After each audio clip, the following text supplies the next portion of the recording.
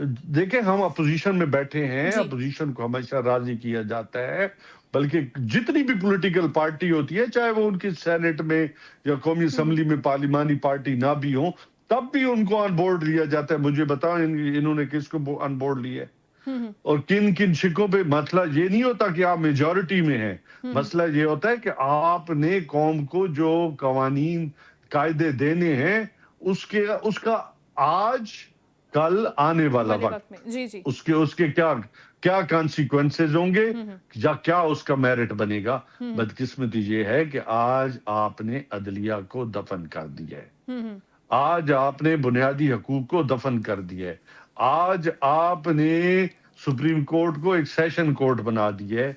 بات سمجھنے کی ہے کہ کیا یہ پاکستان جہاں عدلیہ کا نظام 142 نمبر پہ ہو پہلے ہی, تو اس کو مزید آپ نے جو ہے وہ اپنے ایگزیکٹو آرڈرز کے نیچے لے کے آ گئے ہیں, تو دنیا کے اندر آپ کا امیج کیا جائے گا جہاں پہلے ہی آپ کے اوپر ایک کوسچن مارک ہو.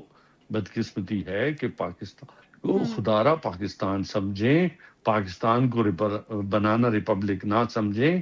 بات سیدھی ہے, اگر پاکستان کو آگے لے کے جانا ہے تو آپ کو عوام کو آن بورڈ لینا پڑے گا. ٹھیک عوام کو آپ آن بورڈ نہیں لیں گے, دیکھیں سینٹر آف گریوٹی کون کہتے ہیں, کون ہے؟ عوام ہے نا. تو عوام کو ریپرزینٹ کون کرتی ہے؟ اپوزیشن. اور اپوزیشن اور کس کے نمائندہ ہوتی ہے؟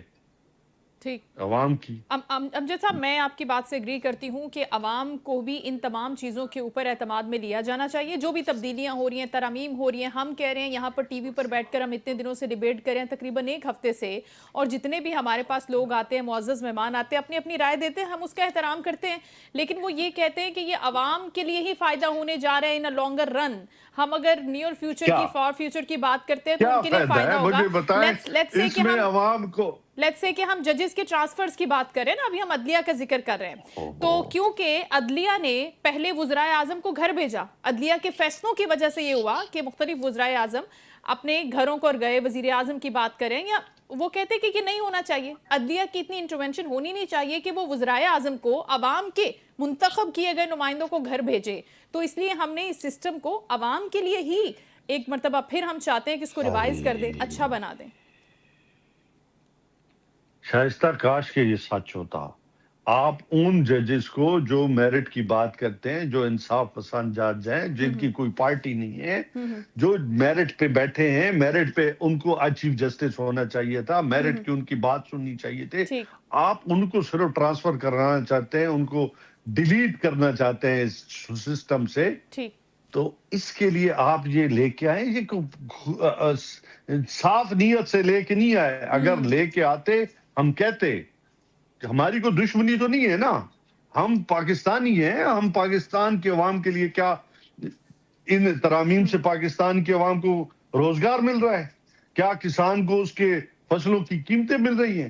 کیا غریب آدمی کو جو دیہڑی دار ہے, جو بٹھے پہ کام کرنے والا ہے, اس کو ایک وقت کا کھانا مل رہا ہے؟ جہاں 12.5 کروڑ لوگ جو ہے, وہ ورلڈ بینک کہہ رہے ہیں کہ 12.5 کروڑ لوگ جو ہے خطہ غربت سے نیچے چلے گئے ہیں, 2.5 کروڑ بے روزگار ہو گئے ہیں, اور آنے والا وقت بھی جی ڈی پی ریٹ آپ کا کتنا ہے؟ 2.5 بھی نہیں ہے. ٹھیک کیا بات کرتے ہیں آپ؟ مجھے آج مطلب جہاں پہ سری لنکا کی ٹیم ہمیں چھوڑ کے جانا چاہتی ہے, حالات تو یہ ہیں. بالکل. اچھا امجد صاحب, پرائم منسٹر جب خان صاحب تھے تو وہ بھی 18ویں ترمیم کو لے کر اپنی ریزرویشنز دیا کرتے تھے, اور وہ اس کو رول بیک کرنے کی بات کرتے تھے کہ اس کے اندر کچھ گنجائش موجود ہے, کچھ خامیاں ہیں جن کے اوپر ہمیں بات کرنے کی ضرورت ہے. اور اس کے ساتھ ساتھ این ایف سی ایوارڈ کا معاملہ, جو ابھی تو اس ترمیم میں نہیں تھا 28ویں ترمیم میں, لیکن اس سے پہلے اس کو خان صاحب نے خود بھی ڈسکس کیا ہے. تو سر, خامیاں ہوتی ہیں, اگر ان کو ان میں امینڈمنٹس کی جاتی ہیں, ان کو بہتر بنایا جاتا ہے, جس طرح سے 18ویں ترمیم کا میں نے ذکر کیا, تو آپ سمجھتے ہیں کہ کچھ یہ غلط ہے, یا پھر یہ حکومت جو کر رہی ہے آپ وہ کہہ رہے ہیں کہ وہ کیٹاگوریکلی وہ غلط ہے؟ ایسا بات یہ ہے کہ اگر جو ترامیم میں نے پہلے کہا کہ ہمیشہ پارٹیوں کو, سٹیک ہولڈرز کو آن بورڈ لیا جاتا ہے, اپوزیشن کو آن بورڈ لیا جاتا ہے, یا آپ اپنی عددی جو آپ نے اکثریت بنا رکھی ہے, جو آپ نے جو آپ کو ریوڑیوں کے بھا ملی ہے, کہ سیٹیں کسی کی تھی, مینڈیٹ کسی کا تھا, آپ کو مل گیا, آپ اس کا اب فائدہ کیا اٹھا رہے ہیں کہ آپ ہر چیز کو بلڈوز کر رہے ہیں. آپ بیٹھتے, اپوزیشن کو آن بورڈ لیتے, اس کے فارن اگینسٹ ہمیشہ دلائل ہے نا, جہاں اچھی چیزیں ہوتی کہ اپوزیشن کیوں نہ تعاون کرتی, لیکن آپ سمجھتے ہیں کہ نہیں, ہم نے بالکل جو ہے وہ ملیے میٹ کر کے آپ بیانات سن لیں منسٹرز کے, آپ میں نے وہ بیان سن بیانات لیں ان کے. سنے بھی ہیں, میں نے وہ بیانات کوٹ بھی کیے ہیں کل کے پروگرام میں. خواجہ صاحب کا بھی بیان تھا. امجد صاحب 243 کی بات ہو رہی ہے, اس کے اوپر تو پاکستان تحریک انصاف کو ذرا برابر بھی کوئی اعتراض نہیں ہے نا سر, اس کے اوپر تو کلیئرٹی ہے نا فیلڈ مارشل صاحب کے دیکھیں حوالے سے جو اس کے ترمیم ہے. لیے میں نے پہلے دیکھے, میں نے جتنی بھی ترامیم ہوئی ہیں, ہم نے کہا ہے کہ جتنی بھی ترامیم ہوئی ہیں ان سب کو بیٹھ کے دیکھیں, کوئی بھی ترامیم اگر پاکستان کے مفاد میں ہوگی پاکستان تحریک انصاف سپورٹ کرتی, لیکن آج جس طرح ترامیم کو ملیا میٹ کیا گیا ہے, ہم سمجھتے ہیں اس کے اوپر کوسچن مارک ڈال دیا گیا ہے. ٹھیک, صحیح ہے, لیکن اس کے ساتھ ساتھ آپ بات کر رہے ہیں کہ پاکستان تحریک انصاف, آپ بیرسٹر صاحب کو جو میں نے سٹیٹمنٹ پڑھا وہ کہہ رہے ہیں کہ جب ہم اقتدار میں آئیں گے تو ہم اس کو ریورس کر دیں گے, جو جتنی بھی تبدیلیاں کی ہیں ہم آئیں گے عوام کی طاقت سے اور پھر ان کو ہم ریورس کر دیں گے. تو کیا یہ پاسبل ہے پاکستان تحریک انصاف یا کوئی بھی حکومت آنے والے وقت میں, یہ ٹینیور ختم ہونے کے بعد جس کی بھی حکومت ہوتی ہے اس کے پاس اگر ایک اکثریت ہے, اس کے پاس نمبرز ہیں, جس طرح سے ابھی حکومت کر رہی ہے اس کے پاس نمبرز ہیں, وہ جو چاہے کر رہی ہے, تو سر یہ رول بیک ہو سکتی ہیں, چینجز آ سکتی ہیں دوبارہ سے, آپ کیا سمجھتے ہیں؟ اللہ نے موقع دیا اور عوام کو موقع ملا تو وہ ضرور اس کے اوپر نظر ثانی کریں گے. ٹھیک ہے, بالکل ٹھیک ہے, لیکن پھر پاکستان تحریک انصاف نے آج مخالفت میں ووٹ کاسٹ کیوں نہیں کیا؟ مولانا صاحب نے تو کیا, جو 26ویں میں آپ کے ساتھ کھڑے تھے اور آپ نے ان کو اختیار بھی دیا تھا کہ جو کریں گے مولانا صاحب پاکستان تحریک انصاف کی مشاورت کے ساتھ وہ ٹھیک ہوگا, تو آج مخالفت میں پاکستان تحریک انصاف نے ووٹ کیوں نہیں دیا سر؟ ہم کیوں ان کو لیجیٹمیسی دیں؟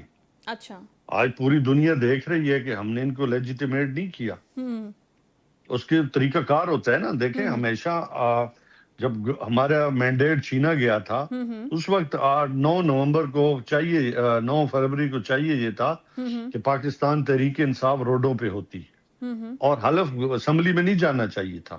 تو ہم نے لیجیٹمیسی دی ان کی جو مینڈیٹ چوری کیا, تو آج انہوں نے, یہ پوری پارٹی کا فیصلہ ہے, پارلیمانی پارٹی کا, کہ ہم نے ان کو یہ اب فورم مہیا نہیں کرنا کہ دنیا میں کہہ سکیں کہ ہم نے, جو کہ ایک ہوتا ہے نا گورنمنٹ کے حق میں آنا جی ووٹ, جی, ایک گورنمنٹ کے مخالف میں آنا, جو مخالفت میں بھی کام یا زیادہ کی بات نہیں ہوتی, جی جی, جو ووٹ آتے ہیں وہ آپ اس کو لیجیٹمیٹ کر رہے ہوتے ہیں. تو پاکستان تحریک انصاف نے ان کے سارے منصوبے ملیے میٹ کر دیے. سو پاکستان تحریک انصاف تھنکس کہ ایک لیجیٹیمیٹ گورنمنٹ نہیں ہے, اس لیے آج پاکستان تحریک انصاف نے ووٹ ہی کاسٹ نہیں کیا, آپ یہ کہنا چاہتے ہیں؟ اسمبلی دونوں کی بات ہو باتیں رہی ہیں. ہے.